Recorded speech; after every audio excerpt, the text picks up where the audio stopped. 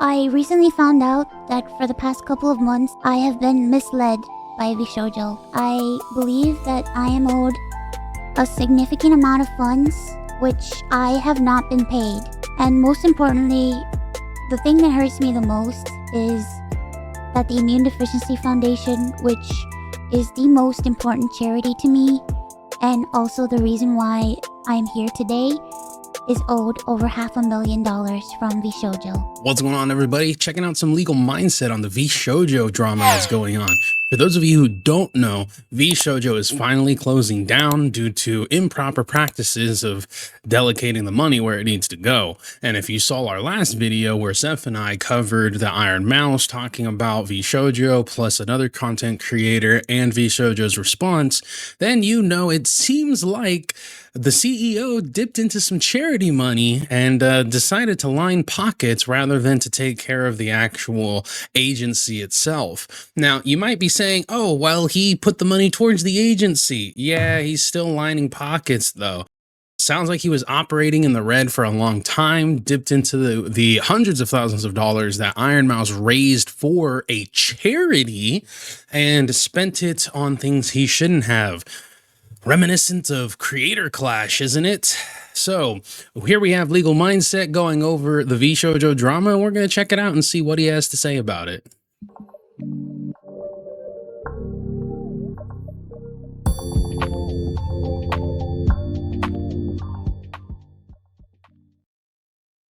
The bankruptcy of Vshojo is inevitable. At this point, all signs are pointing to insolvency. So today we're going to And the thing I want to point out is because they are contractually obligated to pay these people, I'm not entirely sure whether or not they're actually going to be paid out. See, you can file for bankruptcy and get out of having to repay things, getting out of contracts because of it. And generally, the only way you're unable to get out of paying somebody or paying something out with bankruptcy is if you've gone to court and you actually are granted these payments, right? You're granted compensation. And whenever there's a legal precedence for it, whenever you've been found guilty and you've found that you have to pay X amount of money, that then does not become null and void because of bankruptcy. It's happened a couple of times where people will end up taking someone to court and they will have to file for bankruptcy due to the money that they have to pay out, but that money isn't protected by bankruptcy laws generally like it is outside of the court system. So it'll be interesting to see if the creators who still haven't gotten paid will end up getting paid over the bankruptcy process and exactly what it's going to look like and how it's going to affect Vshojo. Of course, as the Legal Minds, where we teach you to be your own judge. I'm Andrew Esquire, American attorney, and this is a fast facts, quick and dirty version of the legal education and news that gets best to you as quickly as possible. So smash a like and leave a comment if you like the fast facts versions. Now, getting into this, we've been covering the breakup of Vshojo as has happened and been covered by many channels. Yep. But one thing that I've said quickly, and I think I was probably the first person to point this out, is that bankruptcy is the way that this is going to wind up. As we're seeing. Yeah, and the reason for it is because Gunrun, the CEO, came out and was talking about how he was trying to raise enough money to be able to pay the operating costs along with paying the contracted talent, and he was trying to basically get past his overhead, but it sounds like he was just spending more than he was making, the same as Creator Clash. And when all was said and done and the dust settled, there was no money left. And even in his response, he was talking about how he took money from what he quote unquote didn't know was charity funds, which has been debunked. And if you saw our last video, then you'll know that. There was plenty of evidence showing that he recognized Iron Mouse had raised that money specifically for immune deficiency charity. and he tried to use it to go ahead and obfuscate, or not obfuscate, but basically he tried to tread water with it. It's kind of like a Ponzi scheme. You borrow from this person to pay off that person, and then you borrow from this person to pay off that person, and it just keeps going back and forth. But it'll be interesting to see exactly what happens. Maybe the creators will end up having to take Vshojo to court, but you know, we're here to learn, the same as you guys. Things play out as people are speaking out. It's very, very clear looking at the roster, looking at the fact that there's literally no talent left. This is a list as of today. All of the red people are confirmed to have left. So Zentraya, Ironmouse, Project Melody, that is a lot of talent. That is millions of views or millions of subscribers across all of these people and billions of views across all of them. Kason, Haruka, Henya, Giga, Kuro, Matara, Michi, everybody here, Hestia, Yutori, Okamoto, Amelie, everybody is essentially out. Then we've got people that left earlier, like Vebe, Silverville, and Aminia. And then Fruit is the only one that's left that even is, you know, not made an official announcement, but she's removed Vshojo from her profile. So she's expected to leave. So at this point, which is good. Listen, when it comes to being an online content creator, like I said in the last video, you have to, honestly, you have to be very selfish. You have to be looking out for yourself when it comes to contracts that are almost always going to be predatorial. And when it comes to working in these, you know, like creator groups, creator spaces, you see it with content houses. They never work. There is just too many big personalities all wanting the most money, all wanting the most views, the most subs, the most popularity, etc., etc. And when it comes to, you know, VTubers, they have to create their own personality, their own character, which can oftentimes fall under the IP of the business in which they sign to. It's a lot like the WWE. And like John Cena has even come out and talked about how Vince McMahon makes a cut of anything he does because he owns John Cena, the IP. And the same with like The Rock and Hulk Hogan, RIP, and all that stuff. Yes, I know Hulk Hogan was a racist, et cetera, et cetera, et cetera. But they generally will own the IP of the character, and then they will forever take a percentage of it. And John Cena has come out and he's talked about how it doesn't bother him because without the moniker John Cena, without the name John Cena, he would never be where he is today. So he's totally okay with giving a cut of it to Vince McMahon in any movie he does, any paid promotion he does, anything of that nature. I'm not entirely sure if it's contractual where like it's a lifetime thing or if it's a certain amount of years after he left the company. I mean, he has left the WWE and gone back multiple times, which could potentially have him re-upping his contract or something of that nature. But generally in these spaces, these people, these companies will own your name, will own your character, will own you, essentially. And it's one of the reasons why a lot of the time when VTubers leave these companies, they end up actually doing an IP change. They change the name, they change the character model, they change a lot of different things because that company owns it. Even though they are not the ones who created it, the individual creator is the one who paid for it and did it. But there's also times where they actually are the ones who, you know, paid for it, where the company is actually the ones who paid for it rather than the creator themselves. So you never know, you know. They have absolutely no profit generation. There is no way that there's any income coming in. And at that point, for any company, you are insolvent. If you were already having problems when all of your creators were at their maximum revenue generation and you still were not profitable, there's no way to be profitable with no revenue coming in. It's a simple 1 + 1, and there really is no other way around that. Now, we're also seeing the scope of this debt. And even as of a while ago, this is not even totally current, but this is very recent here in 2025, you're seeing that they are about 2 million deep in loans and in what they owe to talent. Two. So that's exactly what I was talking about, right? So they are essentially, they were spending more money than they were making. They were turning around and trying to stop the sinking ship due to the fact that they were taking money from places that wasn't actual revenue generated for them. I mean, 2 million in loans is insanity.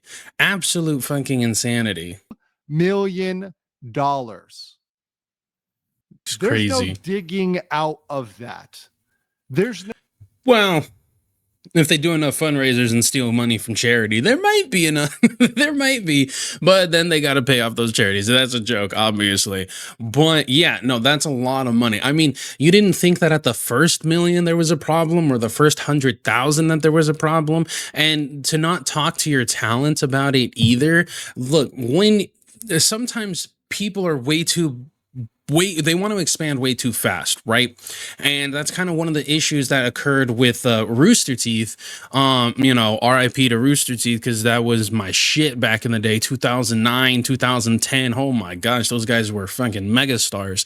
But they ended up getting selling to Full Screen, which was a I forget what media company owns Full Screen, Warner Brothers, I believe it was, and they expanded way too fast. They didn't have the talent to keep up with it. The content ended up getting watered down more and more.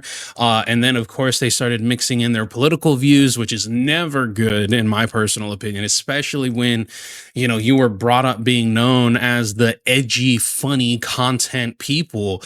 You know, they were the first real massive company to come out of YouTube back in the old days, and they expanded. They were making all these different shows. They didn't have nearly the amount of workers to keep up with production. There was super long hours, and the product just went straight downhill. And they continued to operate. They were operating at a loss, and they were alienating a lot of their well, let me rephrase that. I don't know if they were 100% operating at a loss, but every time as the years went on, they were losing more and more subscribers due to very poor business models.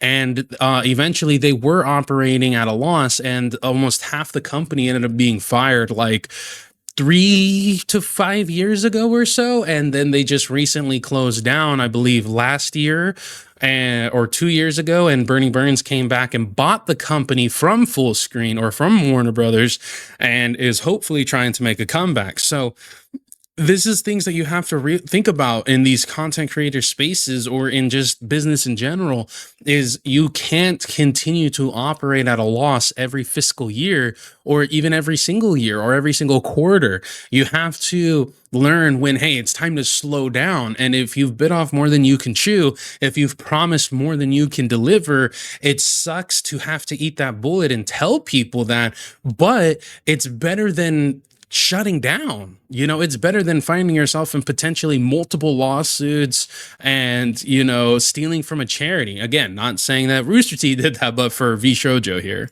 No, going in and asking for another loan to bail them out when they've got no one working for them. This is leading to insolvency. And what happens in insolvency? Well, naturally, it would be a bankruptcy. That is the natural thing for a company to do, particularly when they are buried by claims, when they're going to be buried by lawsuits, when they're going to be buried by obligations and unpaid wages. And that's the thing too, right? The lawsuits. So if we come back here, all of these people, 1, 2, 3, 4, 5, 6, 7, 8, 9, 10, 11, 12, 13, 14, 15, 16, 17, 18, 19, 20, 21 people, right? If there's 21 people here who still need to get paid, that's potentially 21 extra lawsuits on top of however many loans they took out. So they're already 2 million in debt, which most likely means they already have 2 million in loans that they have to repay.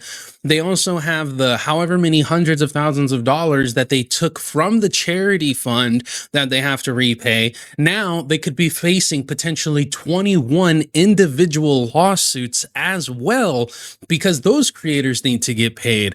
And there's a very good chance that bankruptcy does not absolve them from a lot of these payments. minusing out the contractors, the talent. There is, I would assume somewhere in the contract they might have, you know, whittled in something that allows them to get out of it if they do end up filing for bankruptcy. Obviously, I've not seen the contracts. I don't think any contract has come to light outside of spoken word testimony. So we'll have to wait and see exactly what happens. They could end up settling for a full lump sum that's spread out across all the talent that has yet to be paid. And there's also the issue of, like, you have to think about it, right? If you're a talent here, you obviously want your money, but at the same time, you understand that they have to repay a charity. So the question is then going to become, are you wanting every last dime that you're owed? Or are you willing to take a cut of a lump sum to be paid out through all the creators and allow them to pay that money back to the charity? Because they're not going to be able to pay all of this out. They can't just take out a loan to pay back the charity and then take out another loan to pay back 21 creators, right? So and with how Vshojo has operated, to where they alienate and demonize the creators from their the talent from the audience, you never really know. I mean, it's all come to light, but personally for me, I would be like, you know what, man, either finish the charity shit first, get that money paid back, and when it's just down to, you know, our cuts, the content creator cuts, and you paying back your loans, then we'll figure something out at that point in time. Because at no way, shape, or form am I going to be the guy on the internet who is looked at or can be accused of being more concerned about my paycheck than, you know, charity getting its money. Going in and asking for another loan to bail them out when they've got no one working for them. This is leading to insolvency. And what happens in insolvency? Well, naturally, it would be a bankruptcy. That is the natural thing for a company to do, particularly when they are buried by claims, when they're going to be buried by lawsuits, when they're going to be buried by obligations and unpaid wages. You're going to have to turn to bankruptcy. So what does the bankruptcy process actually look like? Many people are not familiar with it or only know it in a personal context. We're going to talk about it in a corporate context today.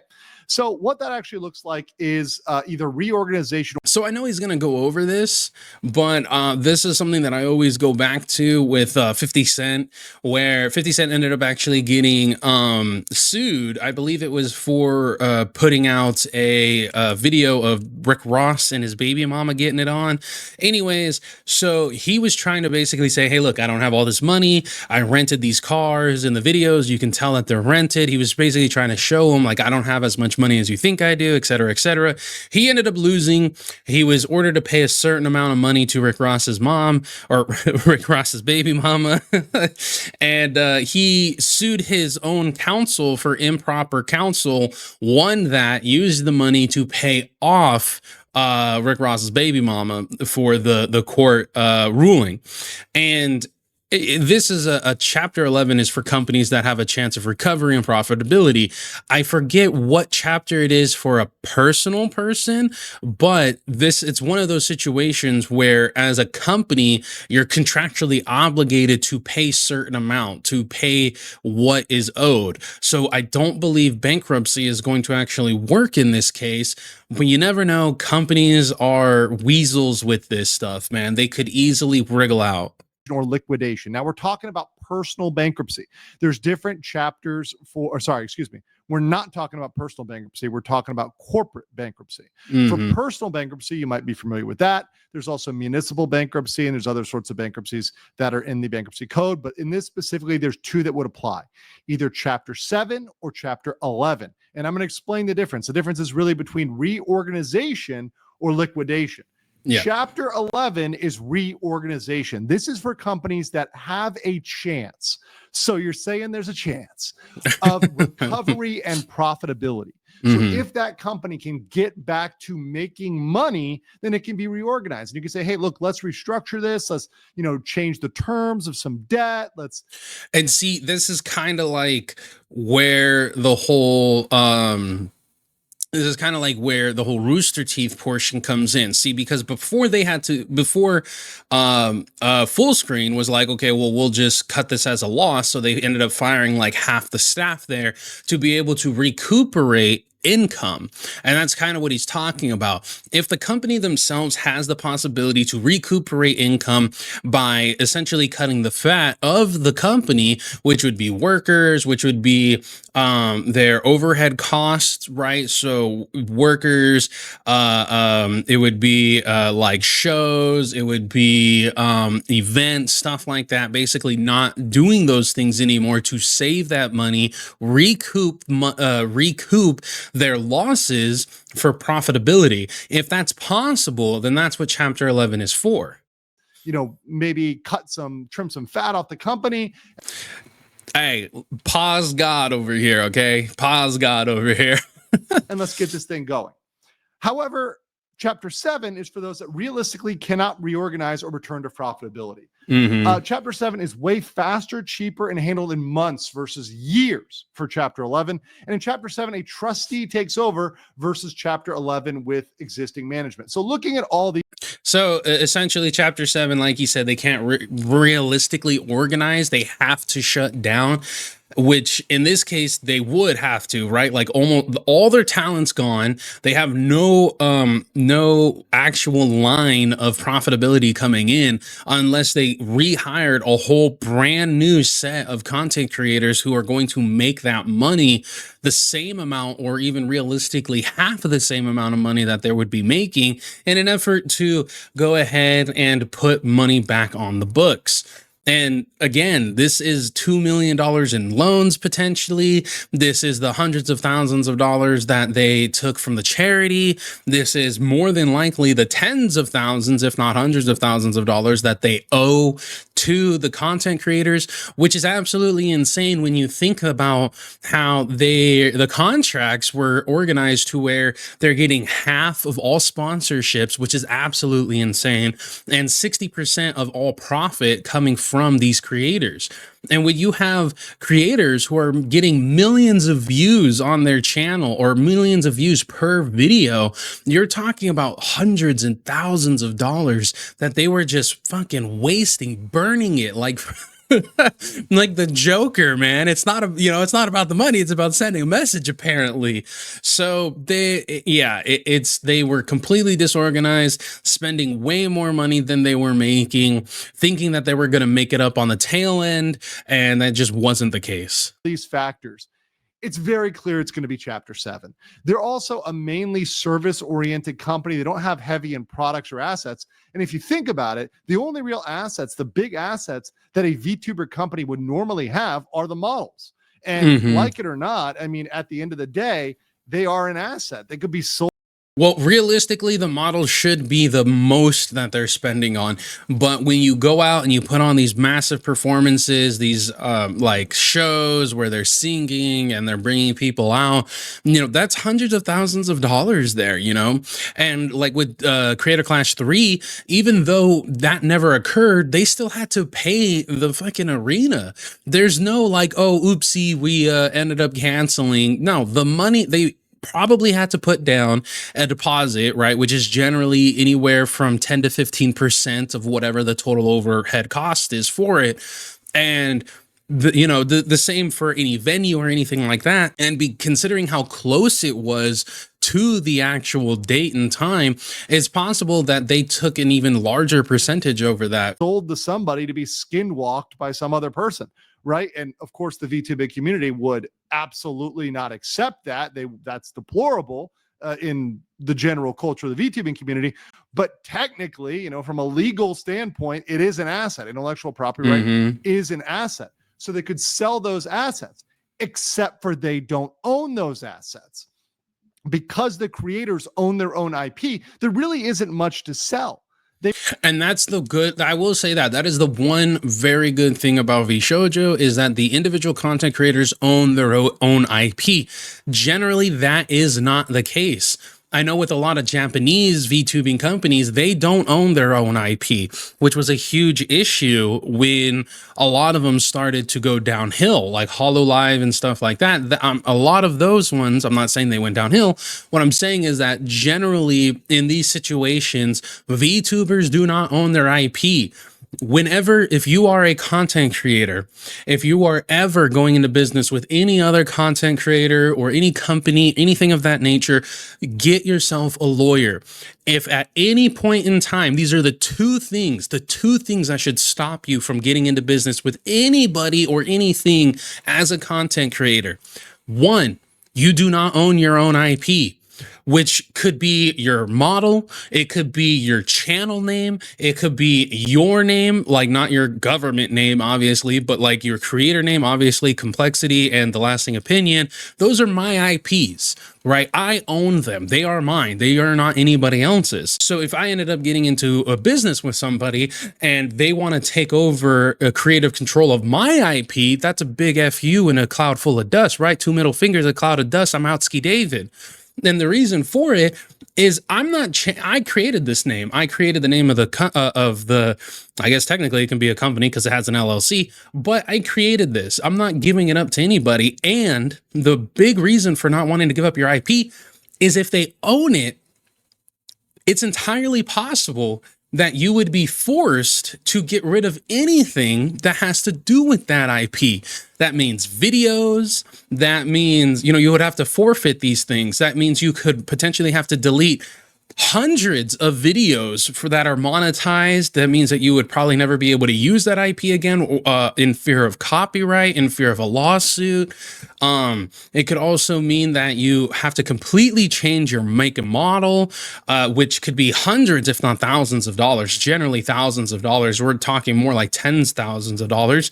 But that's one of the number one things you do not want to give up as a content creator is your IP, which was something with Sky Does Minecraft. Sky Does Minecraft, when his friends came into the fold for the craft battle people or the craft organization that he created, his friends actually had to buy back their own channels from him, like their names from him when they wanted to leave.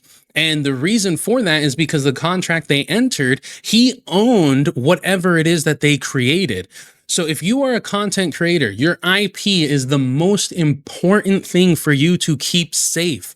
It is what you came with. It is what you should leave with. If nothing else, your IP is what you can use to rebuild. It is incredibly difficult for you to change your name and start all over again. You don't have the same search results. You're not going to be able to, acquire the same fan base again. It's just very, very difficult. So if you are a content creator, beware. If at any point in time in the contract, in any way, shape, or form states that you will be relinquishing your IP, your intellectual property, two middle fingers and a cloud of dust. Do not sign on the dotted line. And no, it might sound dumb to get a lawyer to look over this stuff, but there's a reason lawyers are there. There's a reason they have contract lawyers who look over this type of stuff. Do yourself a favor, spend the couple $100 it's going to take, or the couple $1,000 it's going to take, because it could eventually save you in the long run. Nobody wants to become this massively popular online superstar or relatively popular content creator and then have all of it just go away because you pissed off the wrong person. They decide not to re-up on your contract, and now you can't use the name that you got famous with. They probably don't own more than a couple of staplers and some desks. I mean, that's probably all they really have is some office stuff to liquidate, and that's probably about it. They've probably got a lot of liabilities, but nothing to really. One more thing too, if they own the IP, it's like with Iron Mouse, right? She made music, and a lot of these VTubers also make music. So it's entirely possible that if they owned that IP, then they're getting royalties off that music. They would be getting royalties off that music as well. And it could be if they own it, once you leave that company, you no longer are getting like dividends from it. You're no longer getting any money from it because they're the ones who own it, and you have to relinquish that IP. You have to relinquish that income. Generally, I'm not a lawyer. This is just my understanding from different lawsuits that I've watched, different stories that I've listened to and that I've covered or that I have researched. But that is just, I can't stress enough how important it is as a content creator. Do not give up your IP. It is not worth it. Offset that in significant assets. They weren't investing in real estate. They didn't have any heavy machinery. There's nothing that they could actually, turn over and sell, like a fleet of trucks or cars. So what we're seeing here is going to be Chapter 7. It's going to be a liquidation. And they also didn't have any like special model making creation or anything like that. Generally, a lot of the time with tech companies, which you can it's a management company, it's a talent management company, but it comes to VTubing, they could create their own like model program to create models for rendering and stuff like that they themselves might be able to sell off as well. It's kind of like having the operating system that creates these things. If they created it themselves, and that's getting into a whole other deal. But essentially, he's just simply saying like the only thing they got is the furniture in the damn office to be able to sell off. No way they're going to want to put the existing management, which has been a failure for the past years, and we're talking years, they've been failing in profitability. They're not going to say, hey, you guys can totally turn this around. We're going to give you a chance. There's no chance of that. I think the judge is going to look at it as this and say, nope, it's definitely going to be Chapter 7. You guys are clearly down that lane. Yep. So let's go down the lane of Chapter 7. What's the process for that? So Vshojo's got to submit a petition for bankruptcy. Now, we haven't seen this yet. As soon as this gets filed, I'm sure we're going to report in it. I'll report in it. I'll certainly report on it if I see it. Let you guys know, but we're going to see a submission of a petition for bankruptcy. When they submit that, they're going to also have to list all their assets, liabilities, their income, expenditures, contracts, leases. And this is going to be very interesting because that's when we're going to get the truth. How deep in financial hot water was Vshojo? That is going to be a spicy meatball that I think. And that's where we're going to see the allocation of funding, where they were spending the most money when they should have been spending it in other areas. And again, we looked at the response from Gun Run, and I'll throw it up here.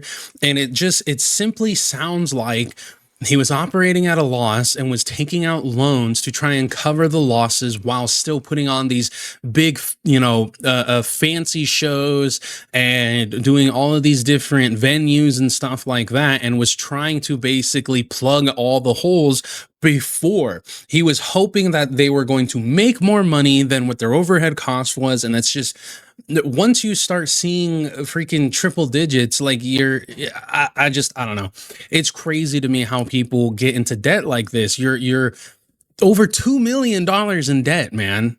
All the people in the VTM community, drama tubers and otherwise, everybody, right, is going to sink into and really analyze. And that's going to be an absolute bombshell to see exactly how bad they were performing over the past. And I think that's also instructive for future corporations to not have such ridiculous predictions for profitability. Yep. Now, what would happen is after they do, never live beyond your means. Do not spend more than you make. It's just that simple. That list, they submit all the petition, they're going to get it turned over to a bankruptcy trustee. So the bankruptcy trustee is going to take control of everything. They're going to take all the assets, and their job is to liquidate those assets and distribute them to creditors. So taking anything they have of worth and distributing it. But there's an order. At the top of the list are secured creditors. So anybody who has a secured loan or a mortgage, etc. And then there's unsecured, and that's everybody else, including people like talents. Now, so basically what they're saying is anybody that they truly owe money to, like the loans, or if they took out loans which have the credit on it, anything that they're leaning against the company has to then be paid first and foremost. The $2 million in loans is going to be the very first one. Any contract that they have with a venue that has yet to be paid, the anything that is basically was an essential portion of that business that they had a contract with somebody outside of talent, because they're kind of they are the least they are the last person who's going to be seeing this drip down of money. So that's pretty much what he's saying. The trustee is going to turn around, figure out what can be sold off, what can be liquidated, who needs the money first and foremost, and then it'll all go down from there. And even if they liquidate everything and they still don't have enough money to cover all these expenses, they're going to have to find it somewhere. I didn't mention there is an exemption which might give them, as prospective independent contractors, priority status over other claims. Oh, That interesting. might be possible. It may be possible they will cover some money. Maybe. However, it ain't going to be much. And it certainly won't be enough to satisfy all the obligations, particularly the massive charity obligation. So that's going to be something that's looming out there, and that's going to be something that the trustee is going to have to deal with. Now, another big question that people have asked is about NDAs. And I want to clarify this because I have said on certain media, etc., that yes, the NDAs are going to be, at some point, they're going to be able to speak up. They're going to be able to talk. But there's some legal distinction here. And I want to be very clear because this is something that is kind of a legal, not a gray area, but it's the difference between the law technically and the practical reality. So Okay, so what he's talking about is something that I've actually talked about previously, which is really cool to see a lawyer say it.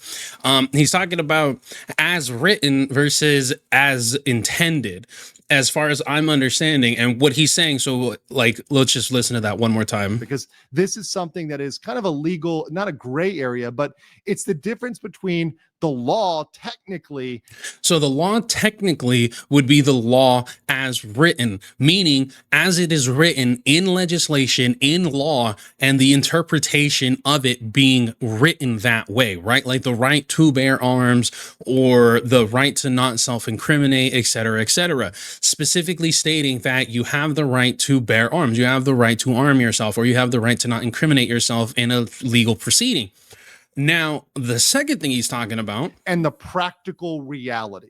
Practical reality, generally, and as far as my understanding here, is going to be as interpreted. So when laws were created, hundreds of years ago, they weren't intending, or they weren't projecting, that we were going to have freaking VTubers back in the 1800s, right? So they have to look at it in practicality, in today's standards, and what that law and how that law is going to be applied into the 21st century. So you have where it says like, okay, well, yeah, it's illegal to do this, or the law states that you have to do this, but the judge has the ability to either be fire and brimstone and say, nope, this is the law, this is the way it's written, or they have the ability to be a little bit more liberal with it and turn around and say, okay, this is how it's written, but when we apply it to today's standards, this is my interpretation in this specific case. And that can go, could be it's generally when a judge, at least in the court proceedings that I have seen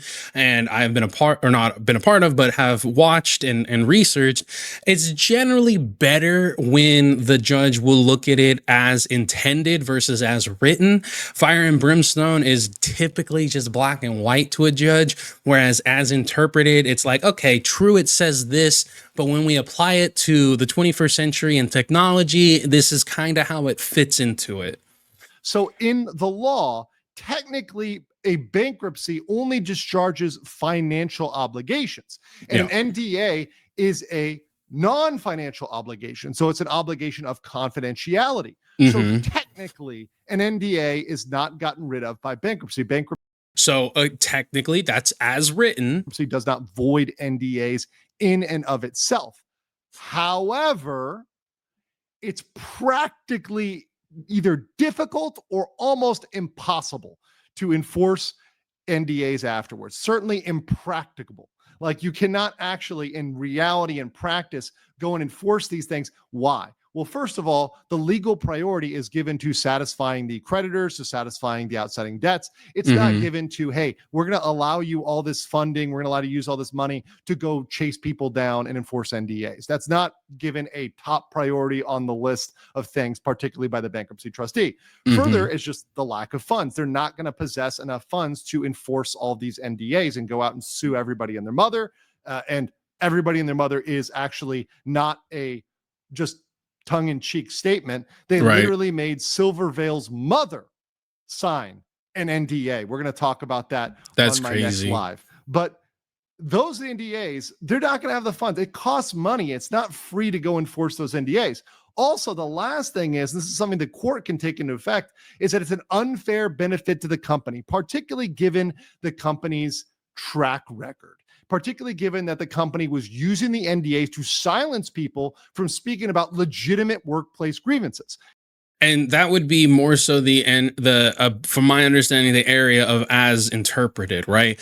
They're using this to shut people down, to make them be quiet, and the judge can interpret that as basically as bullying, as whatever, and be like, all right, fuck that. We're not gonna allow you to enforce these NDAs. And there's two separate types of NDAs. A lot of people don't know this. There's NDA as a non-disclosure agreement, which means you cannot talk about the ongoings of the company or of the business that you're a part of. You're not allowed to give out like trade secrets, especially in a tech industry, right? The tech company, you're not allowed to talk about how like a search engine works. You're not allowed to talk about how the algorithm will work or how something operates, how the operating system is built and how it works and stuff like that.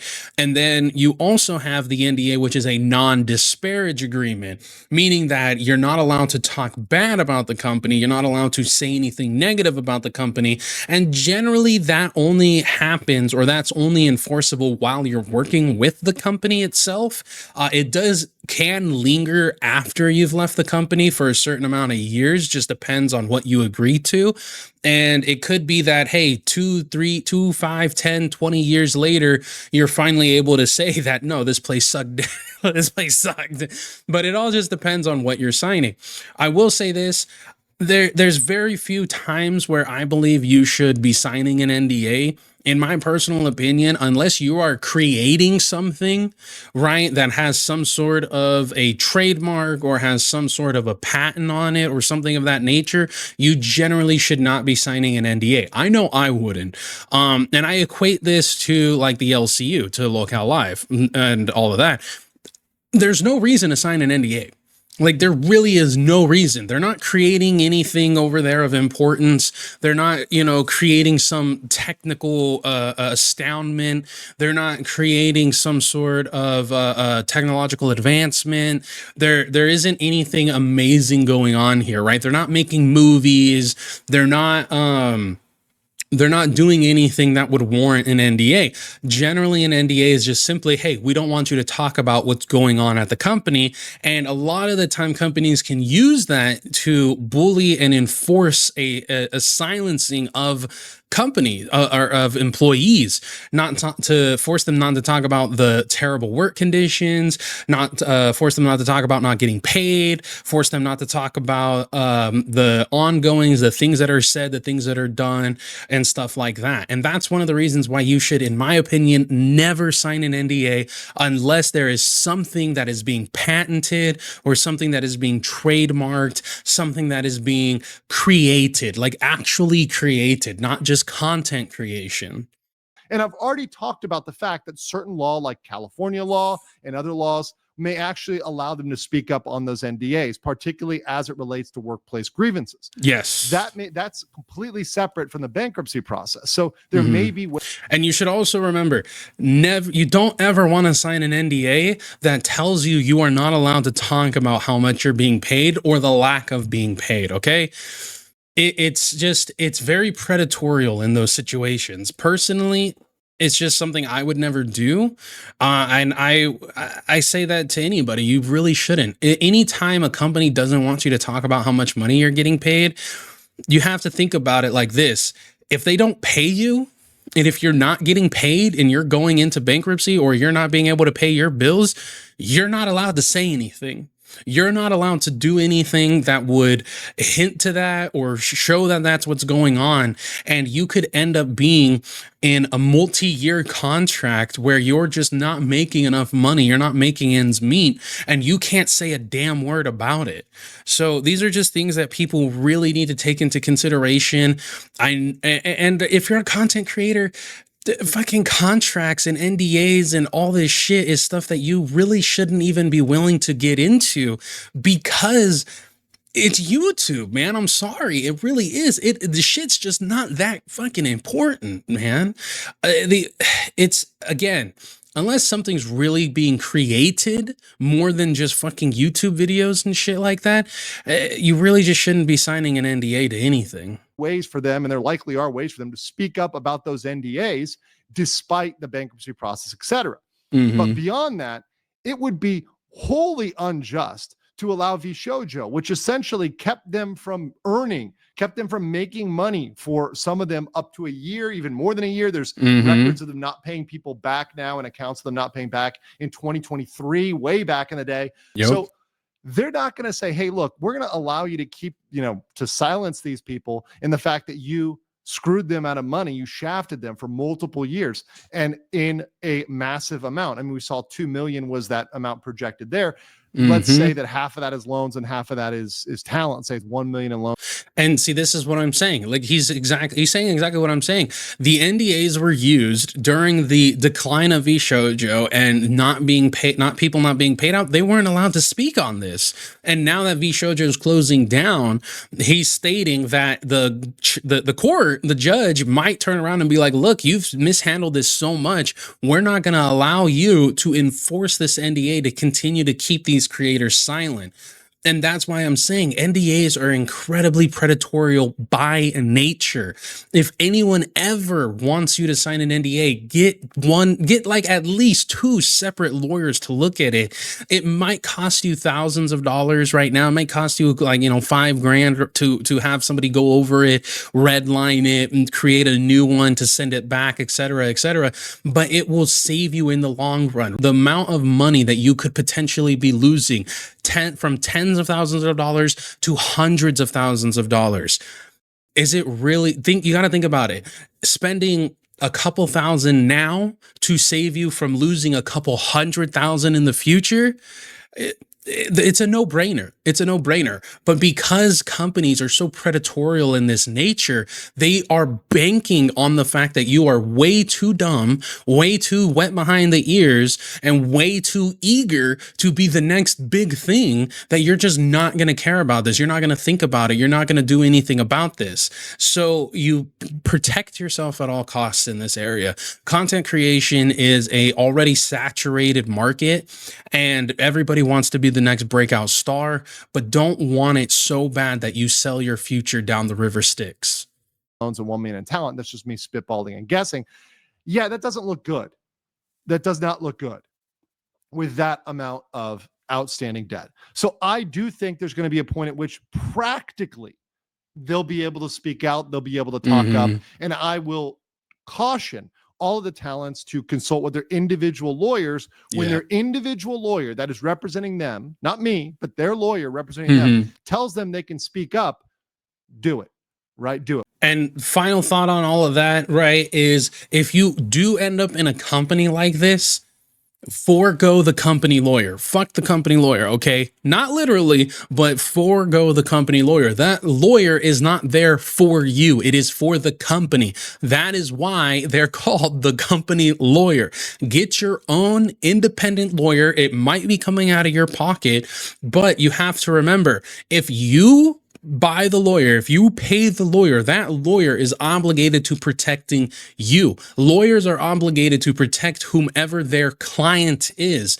And a company lawyer, their client is the company, not you. They will do what is best for the company. And if that means screwing you over and throwing you under the bus, it is what they will do.